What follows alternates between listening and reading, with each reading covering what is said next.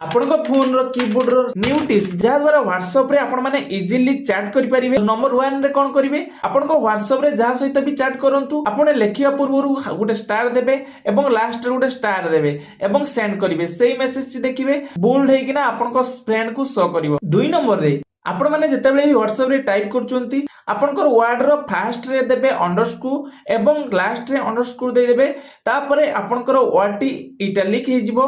एहा परे नंबर 3 रे कोन रहउची आपण माने जेतेबेले भी कोनोसी टाइपिंग करचुंती फास्ट रे टिल्ट सिंबल देबे एवं लास्ट रे टिल्ट सिंबल देबे। सेंड कला परे सेही वर्ड टी आपनकर स्ट्राइक थ्रू हे जिवो। एहा परे लास्ट रे मोर फेवरेट रहउची कहि रखुची जहा कि आपण माने जेतेबेले भी टाइपिंग करचुंती कर्सर को मूव करिया पई चाहउचंती जहा कि आपण माने आराम से टाइपिंग करि परिबे।